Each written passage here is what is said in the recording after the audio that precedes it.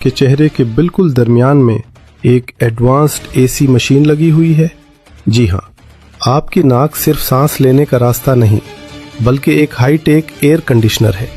اگر باہر شدید سردی ہو تو یہ ٹھنڈی ہوا کو سیکنڈ کے 1000ویں حصے میں گرم کر دیتی ہے تاکہ آپ کے پھیپھڑے ڈیمیج نہ ہوں، اور اگر ہوا گندی ہو تو اس کے اندر لگا سیکیورٹی سسٹم جراثیم کو وہیں روک لیتا ہے۔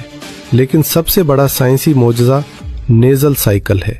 کیا آپ نے کبھی نوٹ کیا آپ کی دونوں نتنیں کبھی ایک ساتھ برابر کام نہیں کرتی؟ ہر 4 گھنٹے بعد یہ شفٹ تبدیل کرتے ہیں۔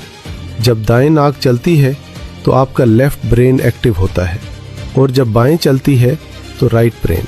یہ دماغ کو بیلنس رکھنے کا سسٹم ہے۔ سائنس آج حیران ہے، لیکن اسلام نے 1400 سال پہلے ناک کو زندگی کی شروعات قرار دیا تھا۔ جب اللہ نے حضرت آدم علیہ السلام میں روح پھونکی تو وہ سب سے پہلے ناک کے راستے داخل ہوئی، اور جیسے ہی زندگی ناک میں پہنچی آدم علیہ السلام نے چھینک ماری، اور کائنات میں سب سے پہلا لفظ جو انسان کی زبان سے نکلا وہ تھا الحمدللہ۔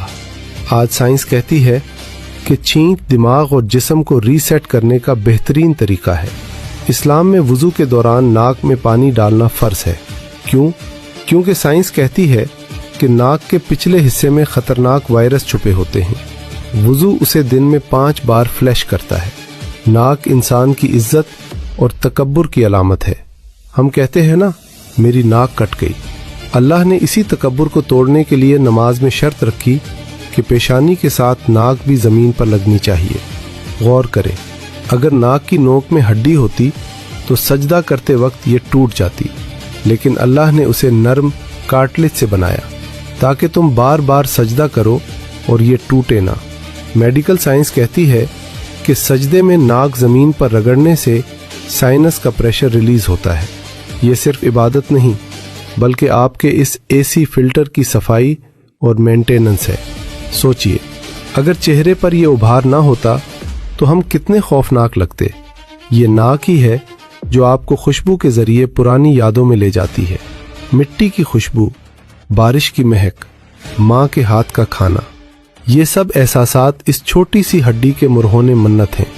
اتنا پیچیدہ سسٹم، اتنا پرفیکٹ ڈیزائن، کیا یہ خود بخود بن گیا؟ ہرگز نہیں۔ یہ اسی مصور کی کاریگری ہے جس نے انسان کو احسن تقویم میں بنایا۔